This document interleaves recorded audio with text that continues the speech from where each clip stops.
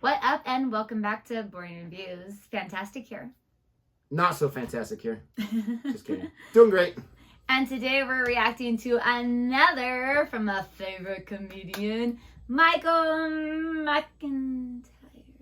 What? Okay. I'm ready for you to get your excitement on. Michael McIntyre. Not Mac and Wheel. And today we are looking at, speaking about wheels, that wasn't planned. We're looking at best jokes about driving, baby, because cars that people drive have wheels, not just tires. Thank you. You're welcome. You know the difference between a tire and a wheel? Thank you. Are you talking about the wheel being the rim? Ish. The wheel, and the tire goes around it. The rubber part goes around it. Yeah. The rim. The rim. Absolutely. I guess that does make sense because now I was thinking about the hubcap. Yes, the rims. Yeah, rim's the nicer version of the hubcap. But the wheel. So we are excited to check out this. Michael McIntyre is always a lot of fun. He's very, very playful. He's easy to laugh with. We're excited to check this out. Cough. Right on cue. Better. So if you're excited for our reaction, please don't forget to like, subscribe, and hit that notification bell so you can be aware of our next upload video. See, I was sick, and now he's kind of feeling a little sick, getting over it. Oh, I'm not really feeling too sick. That was just like a random cough. Oh. Well, I know I did get you sick, or your students did. Somebody did. 16 years now, getting me sick. I don't like this. What'd you say? What did you say? I'm excited for Michael McIntyre. Oh my gosh, I'm going to watch this video back and see what you said. I'm so mad. I didn't say anything. Michael McIntyre, McIntyre, he's a swell guy. He was making fun of me, wasn't he? Never. He was. I was messing with my headphones. I really don't like when people make fun of their spouses because that's very disrespectful. Cough number 2. All right, here. You don't think it's... I think it's disrespectful. It should never happen. Here we go. Traffic is a nightmare, ladies and gentlemen, if you're in it. But when you're not in it, and you can see it, it's rather entertaining, isn't it? When you're on the motorway and you have no traffic on your side, you're weaving in and out of lanes. I'm loving my side, and then people aren't moving on the other side. You'd like to think that maybe you feel sorry for them, but you don't. It's almost like, darling, wake up! These people are... What have I missed? Nobody's moved for about 5 miles now. Something must have happened. Something terrible must have happened. Look, it's going all the way down there. It's the worst I've ever seen. Something must have happened. Did you see anything happen? I haven't seen anything happen, but something must have happened. You actually hope it lasts your entire journey. And then finally, regrettably, you reach the end of the traffic and you see people joining at the back and I look at them. They have no idea. No. Exactly. Even for miles, you see people driving at like 80 miles an hour. Enjoy that one, it lasts. It won't last. I hope you packed an overnight bag. And then you're in traffic. There's nothing worse when you're in traffic. When you're in traffic on the motorway and you sit there in traffic because you might be there forever. You have no idea. You have like 80 miles to go. We're not moving. And there will always come a time when man will get out of the car. This is the cut-off point. When man goes, I'm going to take a look, and he will get out of the car on the motorway. In the history of getting out of the car, no man has ever seen anything. You just get back into the car, slam the door. Do you see anything? No. And then you're free. You want to drive freely on the motorway. Sometimes there are police cars on the motorway, and they go 70, and you realize I'm 70 now, and everyone is going 70 next to the police car. And you come to the conclusion you will do 71, and you slowly... Don't do it. There's nothing more exciting than when you overtake at 71. Don't look, you act quite nonchalant. Here we are. Can he see me? He can't see me. Go! You know what winds me up? Farm traffic. Tractors should not be on the road, okay? They are designed for fields. Look at them with their huge, big wheels, and they bounce around in the country on the roads going 5 miles an hour, right in your face, normally adjacent to a field. You have the wheels to drive on the field. Go in there, let me get on with my life. When you're ploughing, I don't drive in front of you at half a mile an hour. Seriously. There's nothing more you have to sit behind the tractor and wait to go in. But I have to say, when we were in England, people waited. They just all lined up behind the tractor or behind the bicyclist or whatever it was. Like, nobody passed them. They were all just so patient. Nobody honked. Everybody's just like, doodaloo, it's fine. Oh, Maybe here they're inside like, the car they're raging. Who knows? But yeah. They were all so patient. Here it's like, now we're just going around you. Forget it. And like you have like the people, he's talking about getting out of the car. Sometimes when the traffic's moving a little bit, people like get in their car and go over here to see what's going on. Yes. Go over here, see what's going on. Like you have to see, I guess. You're like, how long is this going to Now last? it's great because you have Google Maps that'll tell you, like you can see the red line, like how long is this? Oh, we're screwed. Yep. And going home on the motorway, they're doing so much construction. So like my 30-minute drive is now like 45 minutes an hour. Motorway. I know, I'm saying it for our friends, but it's like the worst. Oh. There's nothing more you have to sit behind the tractor and wait to go into the other lane, the death lane, all right? Where there are cars coming in the opposite direction. Nobody ever wants to be driving into oncoming traffic. And you just sit there with the tractor bouncing around. He's loving it. You can see he's bouncing around. Go on, make your move. Go on, make your... This thing actually does 70 miles an hour. Just you urban bastard. And you wait for the straight. You don't mess around with the bends or the hills.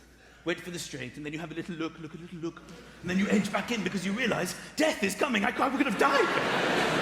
But the pressure builds. You know you have to do it because other people will start queuing behind you. Traffic will form. And you can see men in your rearview mirror just staring at you. Make your move, my friend. We're all depending on you. Yeah, we're waiting for you to do You it. could have gone at the last straight. You pussied out. We all saw it. Embarrassing. And you keep saying, look, I'm trying, but I don't want to die. And then after a period of time, not the car behind you, or even the car behind the car behind you, Another or car. even the car behind the car behind the car behind you, but some asshole right at the back. Nobody's even seen this guy yet. He's normally in some kind of black BMW X5. He'll come out and take all of you. And nobody can believe it's happening.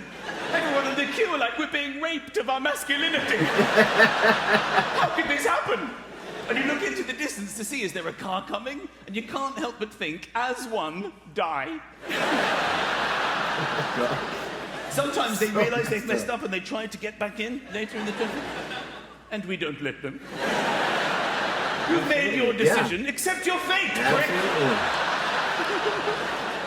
Gotta be a tough guy. You're driving behind somebody, they're swerving. The lights go green and they don't react.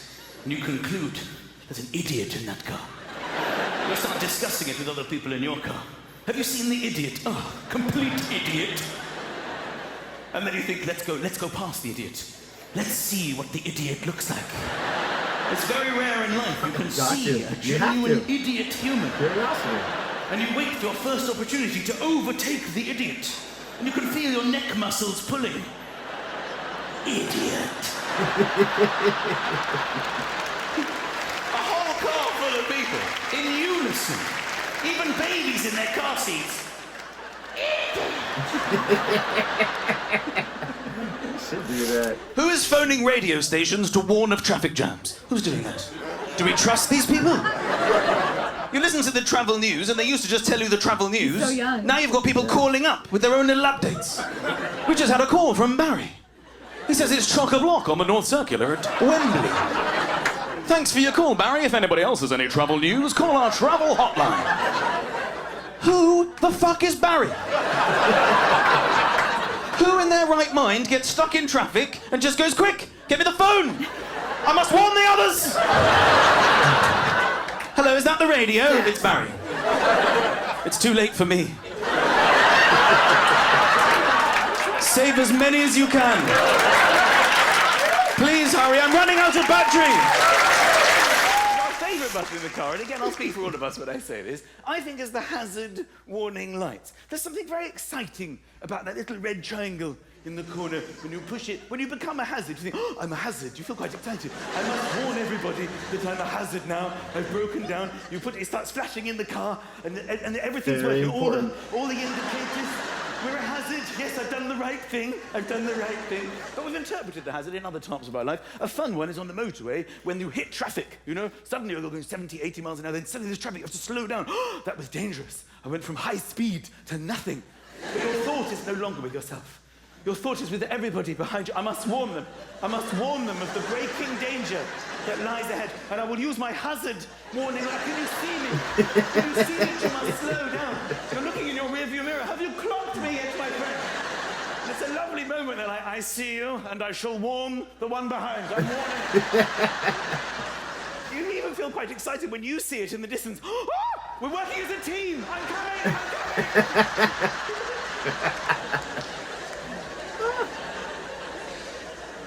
Also, to thank people. That's a big thank you, isn't it? That's the biggest thank you. Because sometimes you just acknowledge them with your hand. You know, you flash if they're in front of you to thank them. Because letting people in traffic is a big part. Once you've decided to stop your life to let somebody in, you see them edging. They're edging. You're like, shall I? You contemplate it. Shall I? Yes, I will. To allow the free flow of traffic. I will stop my life. Yes, you. You should come in. You can go first. Go on, off you go. Yes, I'm a very generous person. Yeah, only one. Yes. Only one. Yes. Let's not be crazy now. So sneaky. There's a sneaky one. Yes. That goes, oh, I might tag in. No, whoa. No tagging in, my friend. I am generous to tune of one vehicle. And there you go. And then you wait to be thanked. You're burning a hole in their head. Where's the hand at? I stopped my life for this. I'm expecting some form of gratitude. Sometimes it never comes. True. I can't believe that. I regret my decision. I should never have let that rude person in. Sometimes you try to overtake them just to look at them. What's wrong with you? Rude person. The hazard thank you is the biggest thank you. When somebody lets you in, and you come in, and they let you in, and you can feel them burning a hole in your head, waiting for gratitude. And you're like, you think I'm not grateful. You think I'm not grateful. But I am grateful. Just a little delay as I located the red triangle. Located the red triangle. That was genius right there, how he brought that together like that. Oh my goodness, that was hilarious. That was so good. The ending. You see, this is why he's my favorite, but I have to say, he is so right with the only one person. I'm only letting one in. Let's not be crazy. And then, I'll be honest, I don't know about you guys, it's so bad. But especially in the morning when I'm getting to work, there's a lot of traffic because they're doing all this construction. And you let a person in after you've waited in this super long line, and you know they know there's construction. You know they know this line is going to die, but they all go up to the very last minute to get over. Care. And then they're going to cut everyone off. They're going to cut everyone off. So you've just waited in this line for like 15 minutes, and you let one in, and then you keep going forward, and another person tries to get in front of you later on, right? And I'm like, no. And so and you get have right to on their butt. ride the bumper. Yes. You are right on there, but like, I already let somebody. You should have waited in line. Driving is the wild, wild west. It really is. There's no laws. I mean, there's laws out there, but come on. Unless there's a cop out there, there's no laws whatsoever. We're all policing ourselves, and most of us are all very, very selfish. Let's be honest. But letting one car at a time, I get that because you have 50 goofballs behind you that you've got to, I mean, if you don't think, I think about them, like I don't want to be way back there, but the part where they cut over here and they cut, I hate that because what happens is like you'll have a line of like 10 cars and everyone's following the rules. No one's going ahead. And then all of a sudden one person, you're like, no, don't do it. And they go out and like sheep. Okay, now they did. Now I can do it. And then you have a line where you're waiting, and now you have 2 lines of 10 only going to. Oh my gosh, the merging just drives me insane. Well, and you're right because when somebody in front of me lets like 3 cars in, I'm like, come on, we've all been waiting. They just cut everybody off. Like, don't let everyone in. Just go. But it's so bad. It's so annoying, but he's absolutely fantastic. He is so hilarious, and he's right on all accounts.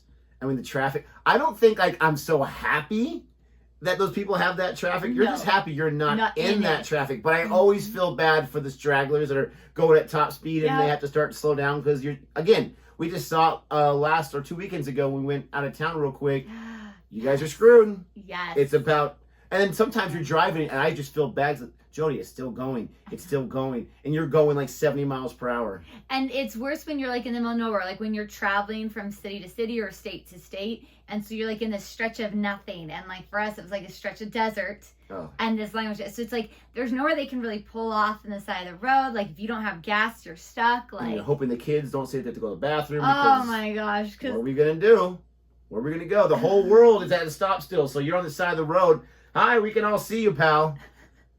Let us know what you thought about our reaction to this one. This was absolutely fantastic. Please don't forget to like and subscribe. And until next time. Goodbye.